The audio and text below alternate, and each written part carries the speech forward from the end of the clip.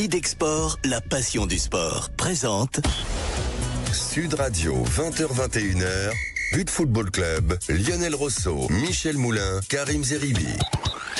Et bonsoir à tous, bonsoir à toutes. Comme chaque jeudi soir, la fumée blanche et les ondes qui s'émanent sur l'antenne de Sud Radio pour parler foot, pour parler de la finale de la Ligue des Champions qui opposera le Paris Saint-Germain à l'Inter avec toute l'équipe et avec le site de référence butfootballclub.fr. Ils sont là, la grande équipe est là. Abemous, Michel Moulin. Bonsoir Michel Moulin. Bonsoir messieurs. Il paraît que votre troisième prénom c'est Léon, Michel. Oui, c'est Léon. On va vous appeler Léon 14 maintenant, alors sachez-le. Avant c'était le 10, maintenant c'est le 14. Michel Moulin est avec nous. C'est Cruyff. Exactement, c'est ça. Michel Moulin avec nous évidemment pour évoquer tout cela. Jimmy Algerino qui est connecté également. Bonsoir mon cher Jimmy. Bonsoir tout le monde. Ravi de vous retrouver, ancien joueur du PSG, très content. Tiens, j'ai eu un petit message de Vincent Guérin d'ailleurs qui rappelait que le 8 mai 1996, c'était il y a quelques années, le PSG remportait la Coupe des Coupes. C'était la finale contre le Rapide de Vienne. À Amsterdam. Exactement. Et notre ami dont vous avez reconnu la voix, Norbert Saada, était du voyage évidemment. Bonsoir Norbert Saada. Bonsoir. Je me rappelle comme aujourd'hui, j'étais du voyage. Mais vous êtes toujours dans les bons coups, non, je le sais Norbert. Exprès, mais là j'ai eu de la chance, j'étais dans le voyage. C'était formidable. Ah ouais, formidable. Avec le but 1-0, la victoire du Paris Saint-Germain. Et c'est toujours d'actualité, évidemment, Chico et les Gypsies, mon cher. Plus que jamais, parce qu'on n'a pas de pape, mais on a Chico à la place, donc c'est pas grave. Hein. Il sait jouer de la musique. Oui. C'est toujours au Palais des Congrès. Au Palais des Congrès, le 24 mai. Et puis avec un orchestre symphonique de 80 musiciens. Et puis un joueur de douk formidable, un très grand violoniste. Et j'espère que ça va être formidable. Ça ne sera pas l'Alali, mais en tout cas, il y aura de la belle musique pour accompagner. On sait d'ailleurs que les Gitans sont très fervents, très catholiques et très. Ça va être chaud. Voilà, donc ça va être sympa. On va faire la fête pour célébrer notamment donc le nouveau pape Léon XIV. On pourrait le célébrer aussi avec Benjamin Danet, qui effectivement a fait sa communion. Bonsoir Benjamin Danet. Salut Lionel, bonsoir à tous. Le patron de butfootballclub.fr, ravi d'être avec vous. Le beau gosse, le playboy.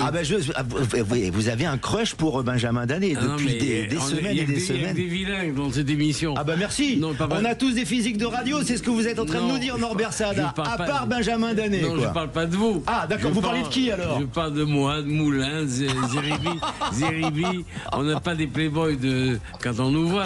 Benjamin Danet, il a l'allure de playboy. Faites attention parce que Michel Moulin va vous réserver un coup de gueule si vous continuez comme ça sur ce chemin-là, mon cher Norbert Saada. Comme le coup de gueule, tiens d'ailleurs, je fais juste une petite digression et on va parler du PSG dans quelques instants. Des supporters de Toulon qui étaient présents au Parc des Princes hier. Vous savez que le club de Toulon évolue en National 2 et on m'a informé aujourd'hui qu'il y avait une banderole qui est passée inaperçue. Une banderole qui parlait du propriétaire actuel et qui dit que chaque saison ratée du Sporting Toulon est une honte qui porte son nom. C'était vraiment au milieu de ces banderoles et de tous les tifos qu'il y avait au Parc des Princes hier. Mais l'actualité, en effet, c'est le PSG en finale contre l'Inter. On en parle. C'est le gros morceau de notre émission. Sud Radio, 20h-21h. But Football Club. Et évidemment, last but not least, je salue celui qui aurait pu jouer, s'il n'y avait pas eu les croisés, la demi-finale de la Ligue des Champions hier, mais pas avec le PSG. Karim Zeribi, bonsoir.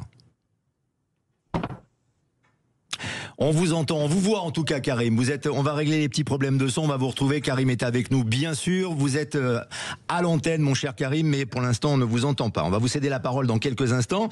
Ça sera l'occasion pour Michel Moulin peut-être d'avoir un temps de parole un peu plus long, parce que c'est vrai qu'en général, Michel avec Karim, c'est pas toujours évident pour vous, même si vous avez la langue bien pendue. Et ce PSG, qu'en avez-vous pensé? Est-ce que pour vous, c'est la première thématique de notre émission?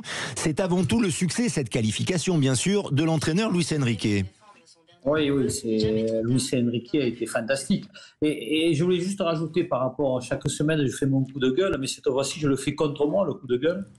Et je félicite d'ailleurs Karim, parce que Karim nous avait dit que Paris Saint-Germain irait très loin et gagnerait certainement la Champions League. Donc ça a été le seul visionnaire. Et nous, le coup de gueule, c'est quand on voit Donnarumma hier, que j'ai critiqué fortement il y a quelques semaines. Ben là, vous voyez, dans le football, il n'y a pas de science exacte, comme je dis souvent. Il faut reconnaître nos erreurs. Et là, Paris Saint-Germain, aujourd'hui, c'est fantastique. Pour nous tous, pour le foot français, pour la ville de Paris, pour tous les amoureux du football, c'est très, très, très, très bien. Et je félicite Karim pour une fois. Vous voyez, Oui, féliciter Enrique aussi. Passe gratuite.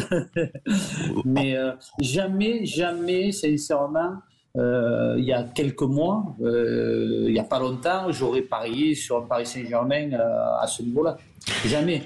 J'avais critiqué d'ailleurs Donnarumma, qu'il n'y avait pas d'avant-centre. Je trouvais qu'il n'y avait pas de patron. Et en fin de compte, le patron, c'est Luis Enrique. Là, quand il fait l'interview après match, je ne sais pas si vous avez écouté Luis Enrique, il a été fantastique. Parce qu'en début de match, vous avez vu, comme ils avaient peur, on aurait dit qu'ils avaient peur, les joueurs de Paris Saint-Germain. Mais le seul patron, c'est Luis Enrique. Ça, c'est bien que vous rendiez hommage. Vous voyez, mon coup de gueule, il est pour moi. Bien, les patrons qui rendent aux patrons, et ça vous honore, mon cher Michel Moulin, que ce coup de gueule soit contre vous. Et surtout que vous rendiez hommage aussi à Karim Zeribi, parce que Karim, pour une fois, c'est vrai, vous n'êtes pas opposé. Karim, vous l'aviez dit déjà au moment de Manchester City que ce Paris Saint-Germain était en train de se construire et qu'il était programmé pour aller très loin. Il reste bouche bée là parce que on a un petit problème de son décidément avec Karim. Alors allez-y, Norbert Saad. Monsieur Danet, que je respecte beaucoup, qu'après Manchester City, je lui dis le PSG ira au bout.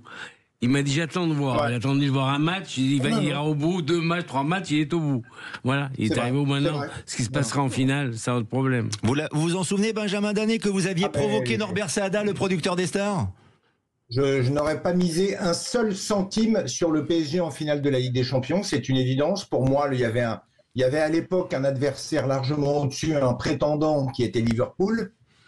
Après, voilà, moi je suis très content notamment pour Donnarumma, et notamment avec cet arrêt exceptionnel pour moi sur la frappe d'Odegaard, parce que c'est le tournant du match, avec une main ferme. Même avant, il peut avoir 2-0, hein.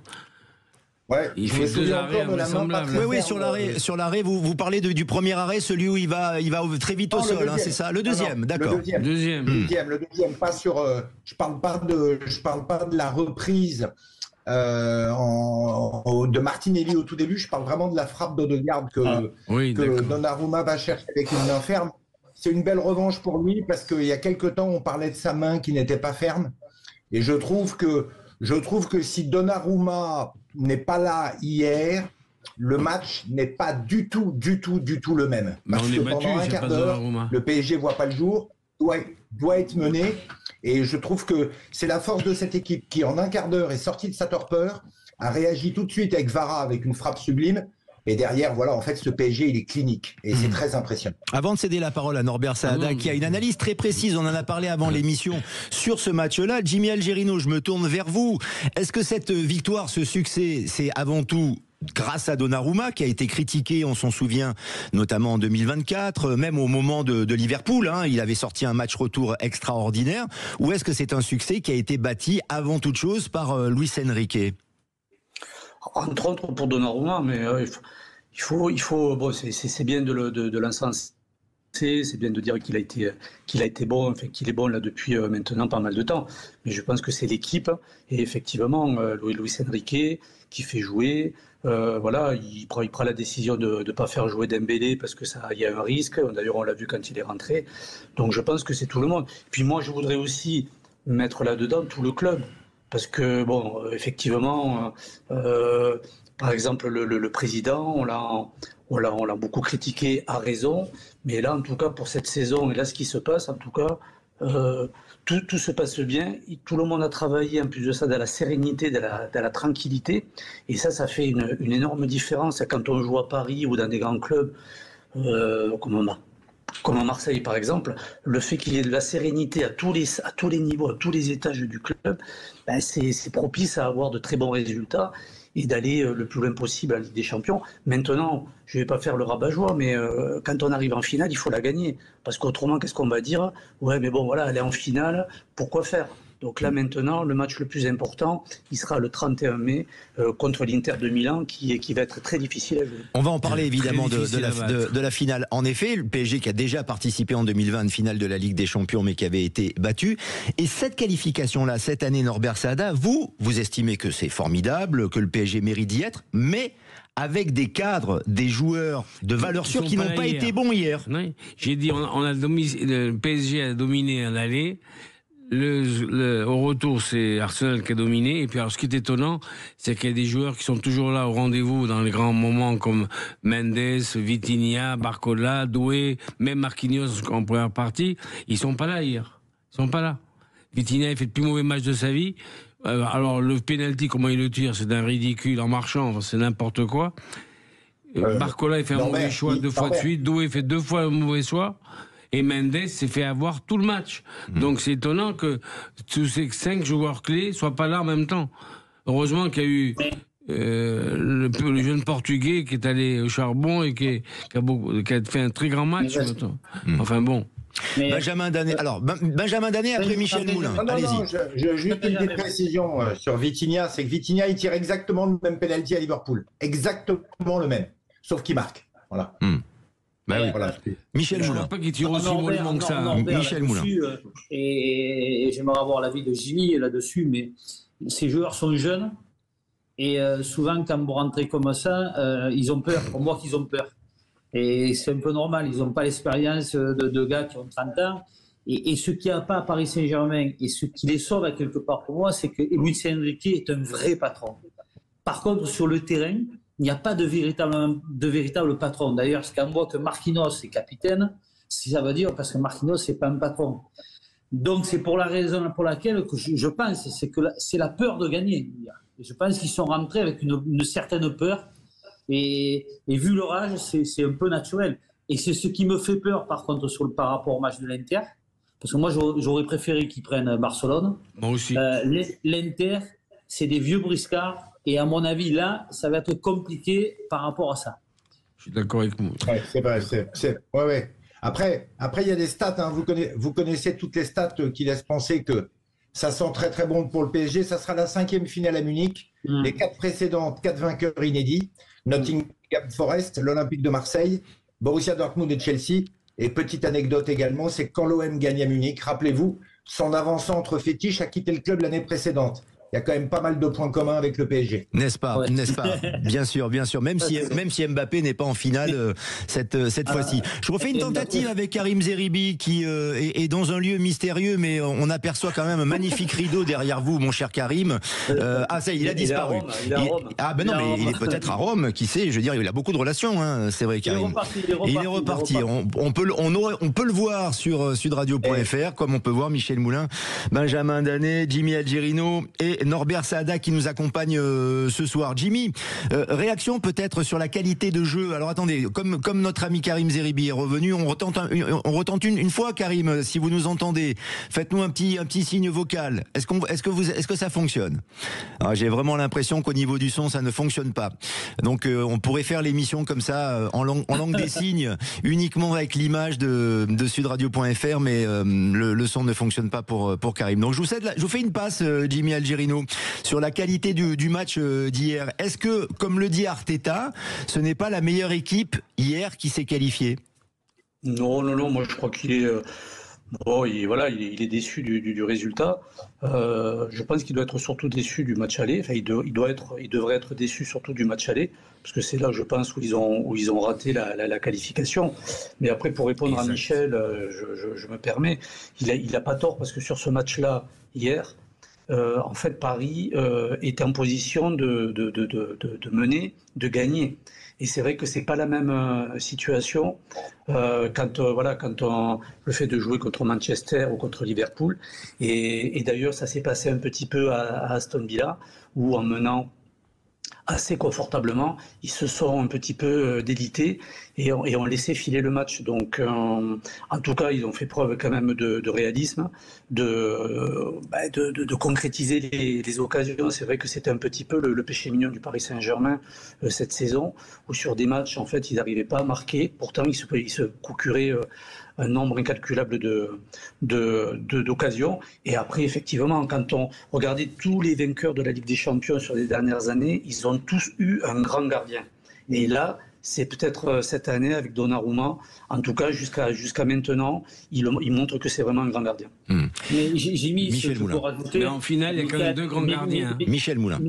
Voilà, Michael Arteta, que j'adore, parce que j'adorais comme joueur quand il était à Paris Saint-Germain, numéro 6. Pour moi, ça a été un des meilleurs joueurs de Paris Saint-Germain à un moment donné. Mais c'est lui qui fait la faute, mais pas au match aller. C'est à Madrid. Quand à la 82e minute, ils sont sûrs d'être qualifiés, je suis lui. Et il a failli perdre Rice aussi. Rice et le joueur, le Ghanéen qui joue au milieu, il doit les faire sortir pour pas qu'ils prennent un deuxième carton jaune qui va les punir et où ils vont être suspendus. Et l'erreur qu'il fait, c'est qu'il les laisse sur le terrain et que le Ghanéen, à un moment donné, prend un jaune. Et là, il perd le match d'Arsenal. Parce qu'avec le Ghanéen au match aller, l'histoire n'était pas la même. Thomas partait. Voilà. C'était pas du tout le même match. Tu me donnes un peu raison quand même. Comment ? Tu me donnes un peu raison quand même. Oui, je te donne raison. Je te donne raison. Pour une fois, il y avait une forte ambiance. Oui, mais Michel. en tous les cas, où il se trompe, c'est que Paris Saint-Germain, sur les 2 matchs, est supérieur à Arsenal. Sur les 2 matchs, ils sont supérieurs. C'est sûr, ça. Pas de beaucoup, mais ils sont quand même supérieurs. Mais ils sont supérieurs. Le Paris Saint-Germain qui a battu des équipes anglaises, bon, City évidemment dans les phases de poule, mais ensuite Liverpool, Aston Villa et maintenant l'équipe d'Arsenal.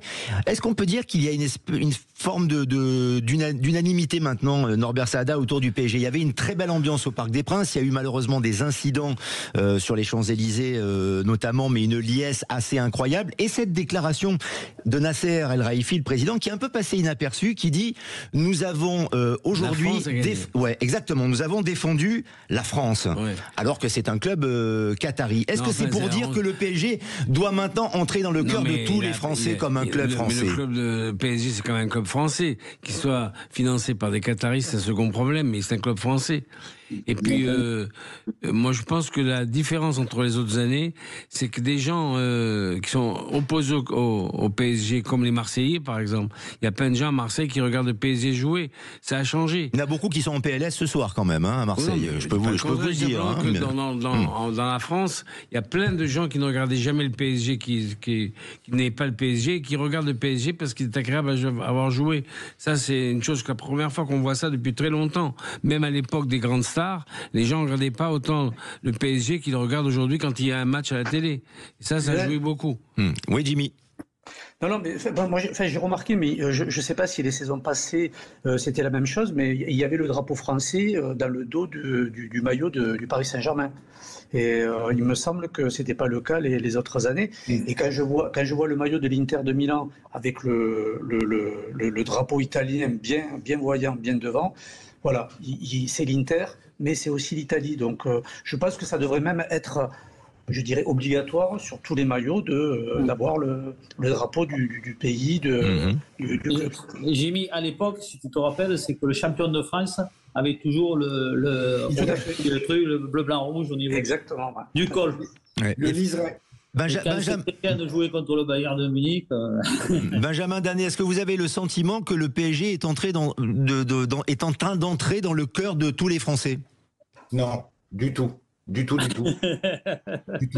Non, mais pour une raison simple, Lionel. Et je partage complètement l'avis qui est qu'effectivement à Marseille, on commence à supporter le PSG. Mais faut pas se tromper. Il n'y aura jamais en France un élan de solidarité, de sympathie, d'amour, comme on a pu le retrouver pour l'AS Saint-Etienne et pour l'Olympique de Marseille. Ça n'existera pas parce que ça déclenchait certaines choses. On ne retrouvera pas pour le PSG ce qu'on pourrait avoir éventuellement pour le Racing Club de Lens, parce que Paris, même si ça joue très bien au football, le débat n'est pas là, mais Paris est toujours associé à l'argent. Paris est toujours associé au fait d'avoir les meilleurs joueurs. C'est pas que c'est normal. Je ne critique pas l'ambiance. Je dis pas tout ça. Je dis juste que Paris ne sera, à mon avis, en tout cas c'est mon sentiment, ne sera jamais le club de la France. Jamais. Norbert Saada, qu'en pensez-vous, Norbert Saada? Que le PSG reste le club de l'argent parce que propriétaire qatari, parce que les stars, parce que la capitale? Sûrement. Mais moi, je pense que l'opinion des gens vis-à-vis du PSG cette année a changé. Mais peut-être que Danet a raison, hein, je ne dis pas le contraire. C'est le beau gosse, donc il a toujours raison, excusez-moi. Non, mais il a raison. Jusqu'à présent, c'était un club qui avait cette étiquette de nouveaux riches. Mais je pense que cette année, c'est la première année où il y a vraiment un changement d'attitude vis-à-vis du PSG. Il n'y avait pas jusqu'à présent. Maintenant, ça s'arrêtera ou ça continuera, j'en sais rien. Mais ça a peut-être changé, Michel Moulin, l'année prochaine avec le Paris FC. Norbert, on peut parler du PFC, mais Norbert, là, je suis en plus en région marseillaise. Là. Non, Benjamin a raison. Je croise beaucoup de monde, ils sont énervés. Ils sont énervés. Donc, ils disent tous, d'ailleurs, on va mettre un maillot de l'Inter le 31 mai. Il y en a quelques-uns. C'est 10%, mais 90%, il y a encore, ils sont anti-parisiens. Là, je vais au restaurant ce soir, ils sont la plupart, je les attends d'ailleurs, ils vont commencer à chambrer. Mais je parle pas que de Marseille, je parle de la France, moi. Oui, mais bon, après, la France, comme dit Benjamin, il a raison aussi, la France rurale, ils sont anti-parisiens. Ils sont encore anti-parisiens. Norbert, je peux me tromper, mais je voyage pas mal en France par rapport à mon business. Ils sont anti-parisiens. Encore aujourd'hui. Alors, il y en a un peu plus. Je dis pas que par rapport aux années d'avant, c'est vrai que des gens comme Mbappé, Neymar, ils énervaient un peu les gens. Donc, c'est plus... c'est sûr, ça. Mais ça fait rien. On ne peut pas dire, comme dit Benjamin là-dessus, on a connu, nous... mais Saint-Etienne, c'était un raz-de-marée en France. Saint-Etienne, ça a été la l'équipe. Le club qui m'a fait vibrer, c'est Saint-Etienne à l'époque. Alors, tout le monde était pour les Verts. C'était le club de la France. Ouais, là, on ne peut pas dire aujourd'hui que Paris est le club de la France. Ouais, il y avait cet élan populaire, cette unité autour de l'équipe de Saint-Etienne, autour de Marseille aussi à un certain moment. Parce que Saint-Etienne, ça a été vraiment bien évidemment club de la France. Oui, bien, ça c'est une certitude. Époque, hein. Et 76, 93. Pas de réseaux sociaux, pas d'argent. On est d'accord. Et à Toulouse. Norbert, quand l'OM gagne la Coupe d'Europe, il y a du monde sur les Champs-Élysées. Je suis d'accord, il n'y a pas de problème. Mais Saint-Etienne, ils sont sur les Champs-Élysées en perdant. C'est encore mieux. Ils ont descendu les Champs-Élysées en perdant. Les Champs-Élysées, ils avaient perdu, ils ont descendu la Champs-Élysées. Mais Norbert, là aujourd'hui, par rapport. Hier, il y a eu la fête sur les Champs-Élysées, il y a eu la fête autour du stade. Mais on n'a pas pu dire en dehors de Paris qu'il y a eu la fête à Lille, la fête à Strasbourg, la fête à Nantes. Non. Et il y a eu surtout des incidents, je le rappelle aussi. Hein. Vous étiez, Karim Zeribi, vous étiez au Parc des Princes. Vous avez assisté au match, vous, hier soir. Vous êtes l'un des chanceux. Est-ce que vous avez l'impression que le PSG entre un peu plus dans le cœur de tout le pays, désormais que toute la France est derrière Paris Saint-Germain? Pas encore tout le pays, je dirais. Alors, on vous entend. Allez-y, Karim, on vous entend. Le Paris Saint-Germain... Je dirais qu'aujourd'hui, le Paris Saint-Germain, c'est le club de la région Île-de-France. Ça, c'est assuré. Tous les Parisiens et les habitants d'Île-de-France se sentent en phase avec ce club. Mais ce n'est pas encore le club du pays. Peut-être qu'à l'issue de la victoire, s'ils gagnent à Munich contre l'Inter de Milan, évidemment qu'ils vont créer, à mon avis, une émotion, une joie, une fierté qui sera nationale. Mais il va falloir gagner la finale. Ce qui n'était pas le cas de Saint-Etienne et de l'Olympique de Marseille, qui avaient déjà gagné le cœur des Français avant même de gagner la Coupe d'Europe pour Marseille et d'être allés en finale pour Saint-Etienne. Les Français suivaient la qualification de ces clubs, donc de match après match, parce qu'il y avait des valeurs qui permettaient aux Français de s'identifier. Il n'y a pas encore des valeurs pour le Paris Saint-Germain pour permettre aux Français de s'identifier à cette équipe et à ce club. Qu'est-ce que ça vous inspire, Karim Zeribi, qu'est-ce que ça vous inspire, cette déclaration de Nasser El Khelaifi qui est un peu passé inaperçu, qui a dit hier après le match, nous nous sommes battus pour la France. C'est quand même, ça a quand même c'est lourd de sens tout de même les propos du président du Paris Saint-Germain. Oui, mais n'oublions pas pourquoi le Qatar a investi dans le football. Le premier objectif, c'est pas un objectif financier pour le Qatar, c'est un objectif de soft power. Donc évidemment que pour Nasser El Khelaifi, c'est bien de dire que le club est là aussi pour faire plaisir aux Français et à la France, d'en faire un enjeu national. un enjeu presque d'identité nationale. C'est valorisant pour le Qatar dans sa stratégie de soft power. Or, ne soyons pas dupes aujourd'hui, en tout cas c'est mon avis, même si je vois des maillots parfois du Paris Saint-Germain portés par des gamins de Marseille, ce qu'on ne voyait jamais il y a quelques années, c'est vrai, il faut le dire, il faut le reconnaître. Aujourd'hui, malgré tout, ce club n'est pas le club des Français. C'est d'abord le club des Franciliens. Peut-être qu'il deviendra le club des Français après la victoire à Munich, encore une fois. Mais Saint-Etienne et Marseille avaient gagné le cœur des Français bien avant d'avoir atteint la finale. Il y a un truc, Karim, aussi important, et surtout pour Saint-Etienne, c'est qu'à l'époque, il y avait 2 joueurs étrangers dans l'équipe. On ne pouvait pas avoir de plus de 2 joueurs. Il y avait Kurkovic et Piazza, et tous les autres joueurs dépendaient d'autres régions. Il y avait Rocheteau qui était de Saintes, il y avait les frères Rovelli qui étaient de Gardanne, il y avait Saramagna qui était de Bayonne. Donc ils représentaient aussi toutes les régions. Les joueurs, à un moment donné, les gens s'identifiaient à leurs joueurs parce qu'ils étaient de leur région. Aujourd'hui, c'est certain qu'à Paris Saint-Germain, à part de quelques joueurs franciliens, et ce que je reproche d'ailleurs au foot français aujourd'hui, parce qu'on parle toujours de dire qu'on fait beaucoup d'éducation, c'est pratiquement que en équipe de France, des joueurs de la région parisienne. On marque une pause, on se retrouve dans un instant, on continue le débat avec tout le monde et notamment Jimmy Algerino. Mais je me permets de vous couper, désolé patron, je suis désolé, je vous coupe, mais je vous redonne la parole dans un instant.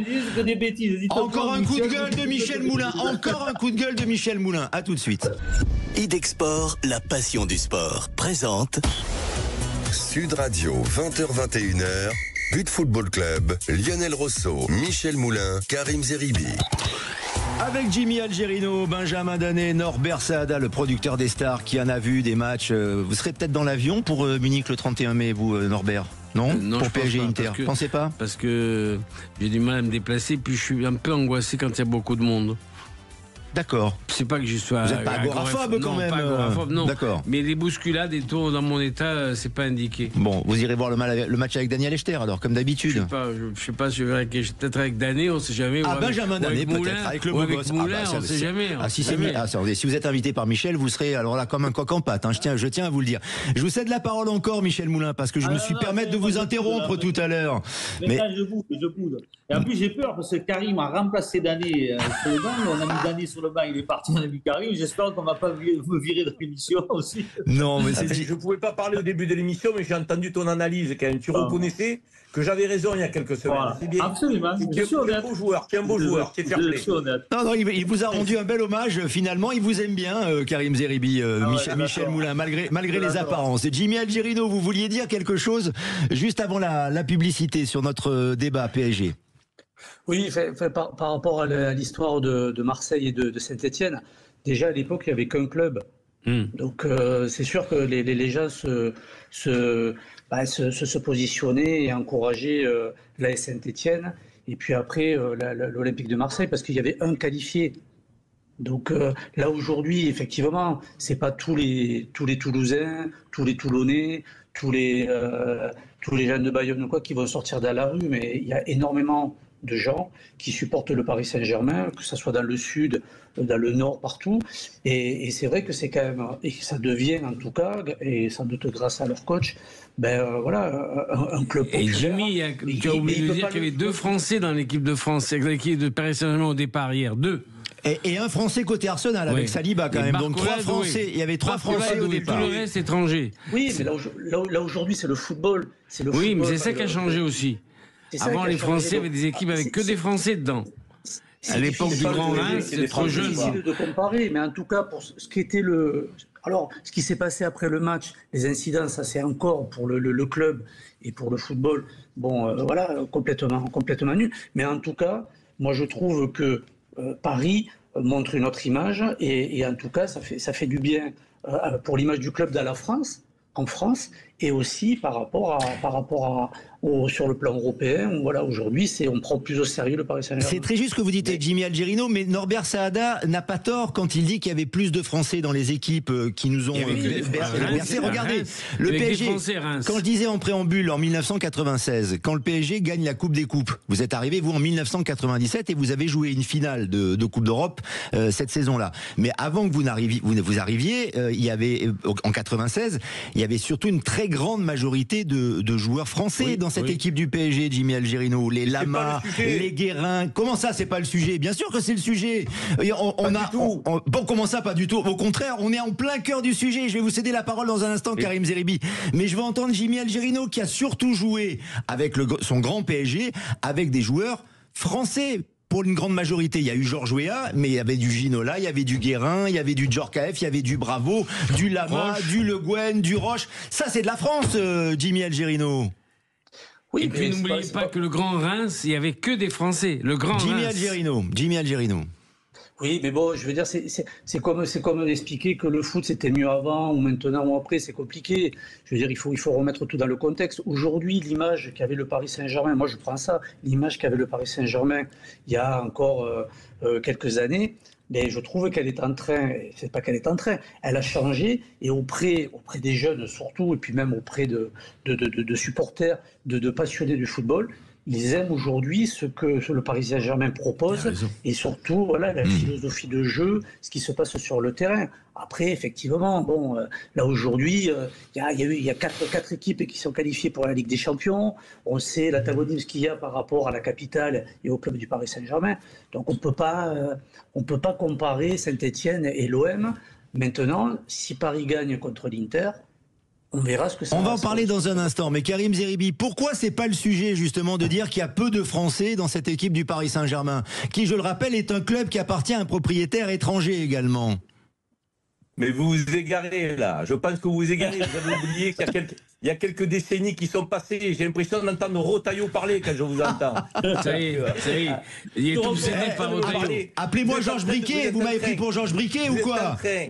Laissez-moi vous expliquer, vous êtes en train de faire du football presque une question identitaire. C'est fini à l'ère de la mondialisation. Le football aujourd'hui a une dimension multiculturelle, je veux dire. Je suis désolé, les gamins, ils arrivent à s'identifier à Achraf Hakimi comme s'il était français. C'est pas le sujet. Et puis, je vous rappelle quand même qu'il y a eu deux époques. Celle de Saint-Etienne, oui, c'était un club français, avec majoritairement des Français, qui n'étaient pas des stars et qui le sont devenus grâce à cette épopée, mais qui dégageaient des valeurs collectives, des valeurs de combativité. On les attendait pas là, les Stéphanois. Et c'est là qu'ils nous ont fait vibrer. Parce qu'on était tous derrière ce club qui apparaissait en Coupe d'Europe comme le petit poussé face aux ogres européens. Et on était fiers de ce maillot vert et blanc. Donc on était fiers de Manu France à l'époque. Après, il y a eu l'Olympique de Marseille. C'est une autre époque. C'était plus la combativité, c'était le club des stars à l'époque. Tu avais des Carlos Moser, tu avais des Chris Waddle, donc tu avais des joueurs qui étaient hors normes, avec un président hors norme, qui était capable de créer une identité autour de son club, une envie de ferveur. Donc c'est pas une question de Français. Là, le Paris Saint-Germain, quand je dis que ce club est en train d'écrire son histoire, peut-être maintenant, parce qu'un Luis Enrique, il est arrivé, il a imposé un style de jeu plus fluide, plus joli à voir jouer. Donc ça fait plaisir de voir le PSG. On peut adhérer à ça. Après, tu as des figures, non pas des stars, mais des figures. Vitinha, Achraf Hakimi, le petit Barcola devant, même Donnarumma. C'était le maillon faible de l'équipe il y a quelques mois. Aujourd'hui, ce type, c'est le sauveur du PSG, donc en Coupe d'Europe. Donc on écrit une histoire et un récit avec ces épisodes-là. Et qu'on soit français ou pas, c'est pas le sujet. On est à l'heure de la mondialisation. Les gamins, ils vont porter le maillot Donnarumma comme ils portaient le maillot Kurkovic, comme ils portaient le maillot Barthez. Ils font pas de différence avec ça. Je sais pas pourquoi vous en faites là. Honnêtement, je vais vous dire. Je vous cède la parole, Michel Moulin. Michel Moulin, je vous cède la parole dans un instant. Je voudrais juste apporter une petite précision au débat et je vous cède la parole et Karim va pouvoir répondre. Juste le journal AS, qui est un très gros journal en Espagne, qui est un peu l'équivalent de l'équipe, même s'il y a plusieurs quotidiens sportifs en Espagne, a mis à la une: nous sommes en finale. Journal espagnol, nous sommes en finale, avec une photo de Ruiz et une photo d'Hakimi qui a tout vécu, qui est marocain bien sûr, mais qui a tout vécu en Espagne, qui a été formé en Espagne et qui parle surtout espagnol et qui a une culture espagnole. C'est-à-dire que le journal sportif espagnol met en avant la culture espagnole, l'identité espagnole à travers cette finale de Ligue des Champions. Voilà, c'est ça aussi la mondialisation, mon cher Karim. Ben oui, c'est ça la mondialisation, mais ça veut dire que Hakimi aujourd'hui, Tu as les Marocains qui peuvent être fiers d'Hakimi, peuvent dire nous sommes en finale, même si le Maroc n'est pas dans l'Europe. Donc il a une affinité espagnole et il joue avec le PSG et il est fidèle au club parce qu'Hakimi aurait pu partir et il a préféré rester. Et ce garçon, il dégage des valeurs donc de combativité. Donc il est increvable, infatigable. Il fait un travail fantastique. Il a une bonne mentalité. Voilà, c'est à ça qu'on adhère, qu'on soit espagnol, marocain ou français. Et c'est à ça que le PSG doit faire adhérer aujourd'hui les Français au-delà des Franciliens. Qu'est-ce qu'ils dégagent comme valeur? Mais c'est pas fait ça. Pourquoi on a envie de les soutenir? C'est pas fait. C'est ça le vrai sujet. Michel Moulin. Français ou pas? Michel Moulin. Là, tu te trompes. C'est pas ce qu'on a voulu dire quand même. Là, tu as raison sur la mondialisation, sur tout ce que tu veux. C'est que quand tu es un petit ou d'une région, ce n'est pas les enfants, là, tu parles des jeunes, tu parles d'adultes. Quand ton joueur, il est de Bayonne, par exemple, mais tu t'identifies à ce joueur de Bayonne. Quand le gars est rappelle-toi les frères Revelli à Gardanne, tout le monde était à Saint-Etienne. En plus, c'était les mines de Gardanne. Les gens étaient pour Saint-Etienne parce qu'ils regardaient les frères Revelli. C'est ce que j'ai voulu dire.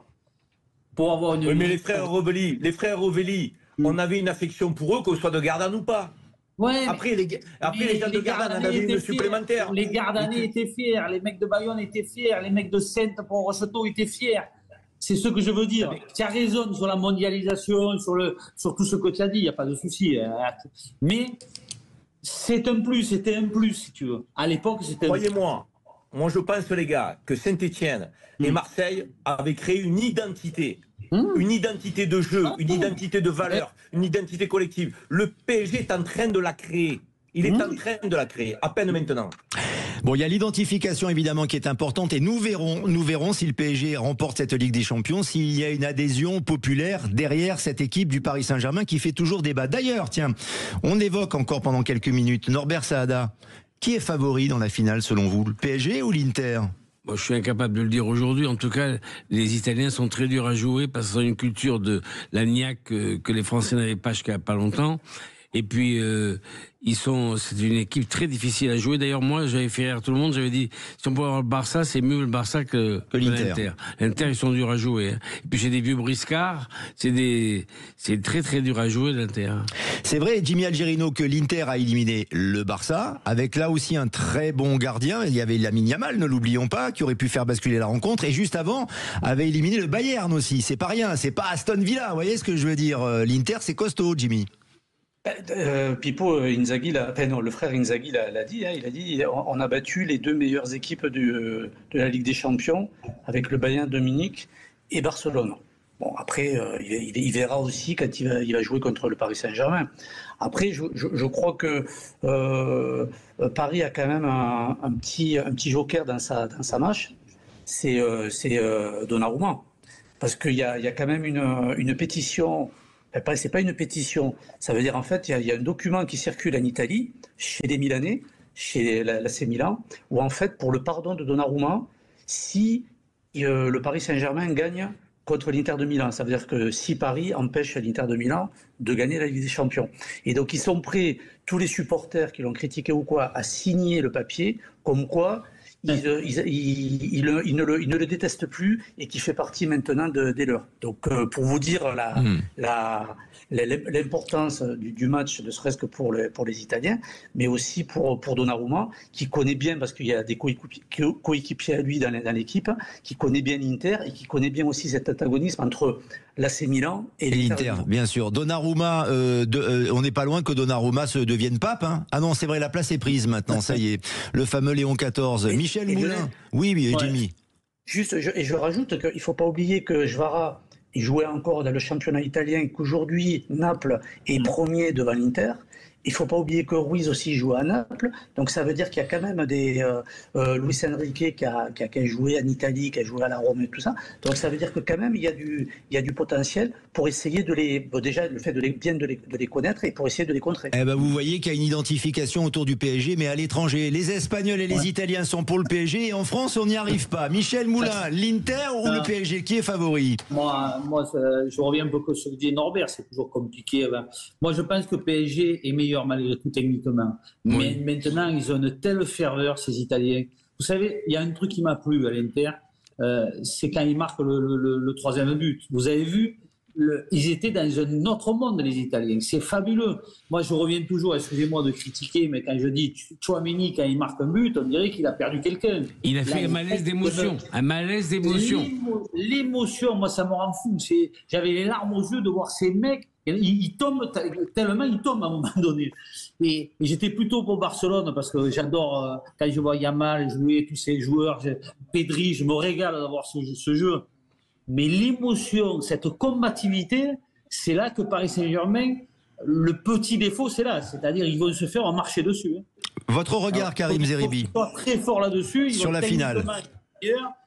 Mais ces Italiens, j'avais les larmes aux yeux de les voir. Les larmes aux yeux. Karim Zeribi.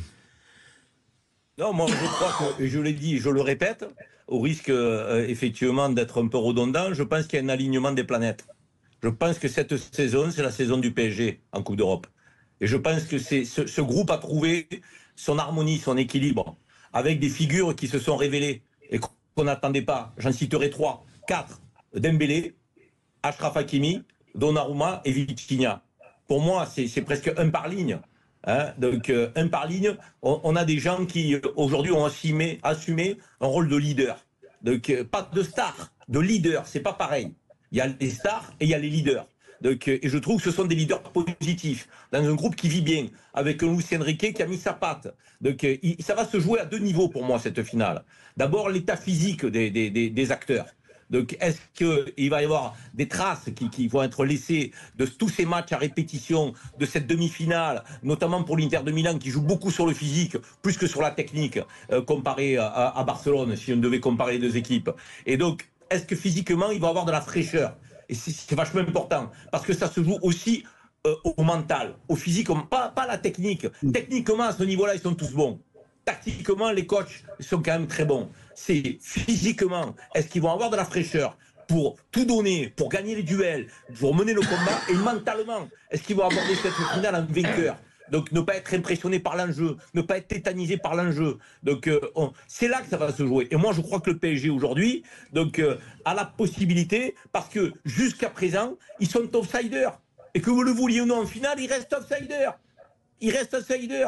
Donc, et tu as une opposition qui est beaucoup plus agréable et favorable. Moi, je crois que le PSG va la gagner. C'est marrant parce qu'ils vont la gagner à Munich, là où nous l'avons gagnée à Munich. Donc, il y a quand même un signe du destin qui est sympathique. Et ça aussi, c'est un alignement des planètes. Karim, ce que tu dis physiquement, où tu as raison, c'est que l'Inter va continuer à jouer un championnat parce qu'ils sont... Peut-être ils peuvent encore gagner le championnat alors que Paris, ils n'ont plus rien joué aujourd'hui. Ça, c'est très important ce que tu viens de te dire. Par contre, sur les 4 joueurs que tu as parlé, il y en a un seul que je sortirais parce que je le trouvais déjà très très bon, c'est Hakimi. Par rapport aux 3 autres qui sont évolués là cette année, Hakimi déjà l'année dernière sur les trucs, je trouvais ce joueur excellent. Pour moi, c'est aujourd'hui le meilleur arrière latéral qu'il y a au monde. Tu as raison, Hakimi. Et déjà l'année dernière. Tu as raison, Michel. Tu as raison, Hakimi n'est pas une révélation. C'est pas une révélation. Les 3 autres, c'est 3 révélations. Jamais je pensais que Dembélé pouvait aller marquer tant de buts, que Donnarumma allait faire ça, et que Vitinha allait faire ce qu'il faisait. Ouais. Jamais. Hakimi, pour moi, est un très très grand joueur. Bah moi justement j'aimerais faire réagir avant qu'on reçoive notre invité foot amateur Andy Foot dans quelques instants qui est déjà en ligne. J'aimerais avoir l'avis de Jimmy Algerino qui a été lui aussi le plus grand latéral droit du monde lorsqu'il était en activité bien sûr. Et donc Hakimi, bah oui, Hakimi, à mes yeux en tout cas mon cher Jimmy, Hakimi, dit Michel Moulin, c'est le meilleur latéral droit du monde. Est-ce que vous êtes d'accord? En tout cas, il fait partie des 2-3. Enfin, il ne faut pas oublier quand même qu'à l'Inter, il y a Dumfries, et qui est quand même un joueur, là encore, sur les 2 matchs de demi-finale, il fait 5 passes décisives. C'est jamais arrivé à cette compétition-là. Et je crois qu'il marque 2 buts. Donc, il y a quasiment la crème, à part Yamal et à part Pedri, mais je crois qu'il y a la crème de la crème sur cette finale entre l'Inter et le Paris Saint-Germain. Il y a Di Marco et Dumfries d'un côté, il y a Nuno Mendes et Hakimi de l'autre, il y a quand même Sommer du côté de l'Inter, il y a Donnarumma à Paris, attaquant, il y a Lautaro Martinez qui est quand même un buteur, un serial buteur, avec Thuram qui fait un match incroyable. De l'autre côté, il y a Dembélé, doué. Donc franchement, il y a vraiment de quoi se régaler. Et là, je pense que c'est du 50-50, même si l'Inter a un petit avantage, puisqu'il y a 3 ans, ils sont allés en finale et ils ont perdu contre Barcelone. Le 31 mai, donc la finale entre le PSG et l'Inter, on en reparlera tous les jeudis, bien sûr, sur notre antenne avec toute l'équipe et toute la bande. Mais nous parlons aussi tous les jeudis du football amateur. Coup de projecteur, c'est maintenant sur Sud Radio. Sud Radio, 20h-21h. But Football Club. Avec Michel Moulin, Karim Zeribi, Jimmy Algerino et Norbert Saada et Kamel Saouchi qui nous a rejoint. Bonsoir Kamel Saouchi. Bonsoir à toute l'équipe. Merci d'avoir accepté notre invitation. Vous êtes coach, entraîneur de l'équipe Handifoot du Paris Football Club. Le Paris Football Club qui a réussi en finale de la Coupe de France féminine à battre le PSG, qui monte en Ligue 1 et qui réussit bien également dans la section Handifoot. Parlez-nous de votre équipe et de cette activité, Kamel Saouchi. Merci en tout cas, merci de votre invitation. On part du principe que la critique est facile et les compliments sont rares. Je tenais à remercier toute l'équipe de Sud Radio et merci pour l'émission que vous apportez beaucoup de bonheur dans les foyers. Je tenais à vous le dire et surtout chez mes joueurs amputés. On dit souvent à jamais les premiers. Le Paris FC Handifoot est le premier club professionnel dans l'histoire à avoir ouvert une section de football pour amputés. Premier club à avoir participé à une Ligue des Champions il y a maintenant 2 ans à Malaga. On part du principe que l'handicap peut toucher n'importe qui à n'importe quel moment de sa vie. C'est une vraie réalité, un vrai sujet.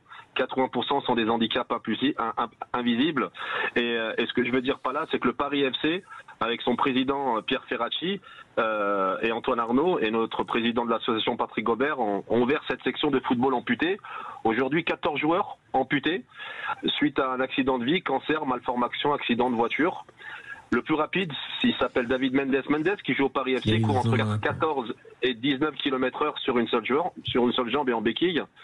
Et aujourd'hui, c'est une vire fierté de représenter le blason du Paris FC. Donc on fait pas mal de conférences aussi dans l'handicap, dans les collèges, lycées, universités, CESA, IME, dans les prisons de France. Pour parler de l'handicap, c'est aussi important. Et aujourd'hui, d'être avec vous et à vos côtés pour parler de ça, c'est juste extraordinaire, quoi. Avec grand plaisir, et c'est tout à fait normal. Et rendons à César ce qui appartient à César. C'est aussi à l'initiative de Karim Zeribi qui est là et qui pourra intervenir dans quelques instants, qui nous a parlé de vous, de votre actualité et de cette équipe qui est très performante aussi, il faut le préciser. Et pour m'être un petit peu penché sur le football, l'handifoot, donc les joueurs amputés jouent avec des béquilles mais vont extrêmement vite et sont particulièrement adroits, il faut le préciser quand même, Kamel Saouchi. Le Paris FC, c'est une équipe de très haut niveau. Vous qui avez été d'ailleurs entraîneur de l'équipe de France Handifoot à un moment donné, vous pouvez le certifier. Exactement, moi j'ai la plupart des joueurs qui sont actuellement au Paris FC sont des joueurs que je connais et comme je le disais, le plus rapide est à 23 km/h sur une seule jambe. Le football amputé se joue sur 60 mètres de longueur et 40 de large. Ça se joue à 7 avec tous en situation de handicap, tous amputés d'une jambe, tibial ou fémoral. Tibial, c'est dans leur malheur, ils ont gardé leur genou. Les fémoraux, ils ont plus de jambes et ils jouent en béquille sur une seule jambe et seule la jambe valide on peut jouer uniquement avec la jambe valide. Le gardien de but est valide des jambes mais amputé d'un membre supérieur et qui gole sur une seule main. Et je tenais, et merci de le préciser, parce que c'est un exemple de vie aussi, cette personne qui est Karim Zeribi, de cette table-là, qui m'a inspiré. Aujourd'hui, j'ai 50 ans, je suis papa de 7 enfants, je suis moi-même en situation de handicap et à travers, je dirais, ma convalescence, j'ai suivi Karim jusqu'à aujourd'hui et c'est un exemple de vie et je le remercie d'être ce qu'il est aujourd'hui et je le remercie d'apporter tout le bonheur qu'il peut apporter dans tout ce qu'il fait sur le plan national et international, c'est important de le dire aussi. Vous avez raison de le préciser, je vais céder la parole à Karim dans quelques instants, mais pour apporter un tout petit peu d'eau à votre moulin, c'est Jimmy Algerino qui me glisse cette information. Jimmy qui connaît bien Bruno Rodriguez, ancien joueur du PSG notamment, qui a été amputé lui pour ne plus souffrir parce que pendant sa carrière il a eu beaucoup d'infiltrations et à un moment donné il a dû donc se priver d'une partie de sa jambe et il a proposé au Paris Saint-Germain de monter une section de handifoot. Donc peut-être que vous pourrez le conseiller à l'avenir, mais il est bon de le préciser et de développer le handifoot en effet. Karim, comme vous connaissez un petit peu Kamel Saouchi et que vous êtes extrêmement sensible aussi au sport, au handisport en général. Quelques mots sur la mission qui est la sienne, le lien social qui est établi par Kamel au sein du Paris FC. Non, mais moi, je suis touché par l'action que mène Kamel et je le remercie pour ses mots très, très gentils à mon égard, mais tout le mérite lui revient à lui, à ceux qui l'entourent, à ceux qui s'engagent autour de lui. En fait, même si 80% des handicapés sont des handicapés invisibles, moi, ce que j'ai voulu dire ce soir, c'est qu'ils ne doivent pas être les invisibles de la société. Et je suis content, je te remercie Lionel, remercie Michel, lorsque je vous ai parlé de Kamel Saouchi, de son initiative, de sa section, tout de suite vous avez pris mon idée sans aucune hésitation et vous avez dit c'est top, on va en parler, on va le mettre à la une du foot amateur. Voilà, et moi je trouve que c'est important, c'est notre rôle de faire au corps. Moi j'ai un idéal dans la vie, je défends des valeurs, des principes et c'est toujours mieux quand on les met en adéquation avec ses actes. Et je trouve que le vivre ensemble, faire France ensemble, que partager des valeurs communes, c'est quelque chose qu'on doit mettre beaucoup plus en avant dans notre pays, plus que nos différences. On ne parle que de nos différences, comme si nos différences devaient nous diviser. Moi, je suis désolé, par-delà nos différences, nous avons des valeurs communes. Nous avons des choses à faire ensemble, à vivre ensemble, et à mieux se connaître, et à se découvrir, et à se respecter, et à s'engager ensemble. Et c'est pour ça que Maître Kamel et ceux qui l'entourent, parce que je suppose qu'il n'est pas seul, il y a du monde autour de lui, c'est la moindre des choses que nous pouvions faire avec But Football Club et toute l'équipe, parce que je sais que vous êtes tous sensibles aussi à ces causes nobles. Donc bravo à Kamel, qu'il continue, il sait que l'antenne de But Football Club sera toujours ouverte, s'il veut faire passer des messages, parler des événements à venir, et je sais que voilà, tous ici on partage ces valeurs communes que j'évoquais, donc je suis très heureux qu'il soit à l'antenne, il faut qu'il s'exprime et qu'il nous dise ce qu'il fait avec cette section. Et c'est un bonheur partagé, en effet. Il nous reste une minute, Kamel. Je crois qu'il y a un tournoi très important qui va se dérouler pour qu'on puisse assister à des matchs de handifoot. Très simplement, et merci pour ces quelques mots, merci Karim, et vendredi 16 mai, nous jouons contre l'équipe de France des professeurs de l'éducation nationale à Sannois dans le 95. Il y aura le père de Gims qui nous a reçus à Kinshasa parce que nous préparons un match au Stade Martyr prochainement avec l'équipe nationale des amputés. Et Souleymane Diawara, avec qui je viens de raccrocher il y a quelques minutes, sera à Sannois au Stade Auguste Delaune vendredi 16 mai pour donner le coup d'envoi et porter les couleurs du Paris FC sur ce match handifoot où on fait aussi de l'inclusion. Et moi je voudrais, et j'en profite sur cette antenne, de t'inviter, Karim, avec toute ton équipe. Franchement, ça serait un honneur pour mes joueurs de te recevoir avec toute cette délégation et avec toute ton équipe. Ça me ferait vraiment plaisir. Je sais que vous avez des agendas chargés, j'entends bien, mais si vous pouvez prendre la peine, ça serait super gentil pour mes joueurs et pour moi-même de venir ce vendredi 16 mai à Sannois au Stade Auguste Delaune pour rencontrer les joueurs du Paris FC handifoot. Ça serait un vrai honneur pour nous et toute la délégation. L'invitation est lancée. L'invitation est lancée pour les auditeurs, pour Karim et pour toute l'équipe. Michel, pour conclure, vous vouliez ajouter quelque chose vraiment en quelques secondes? Je vous remercie d'avoir parlé parce que, comme dit Karim, de vous exprimer, mais vous exprimez en plus très bien, avec passion.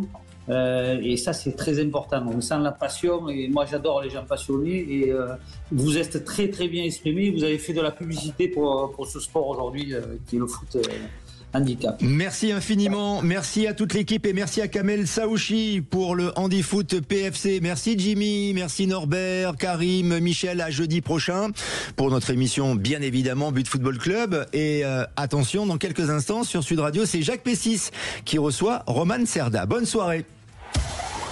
Sud Radio, 20h-21h, But Football Club, Lionel Rosso, Michel Moulin, Karim Zeribi.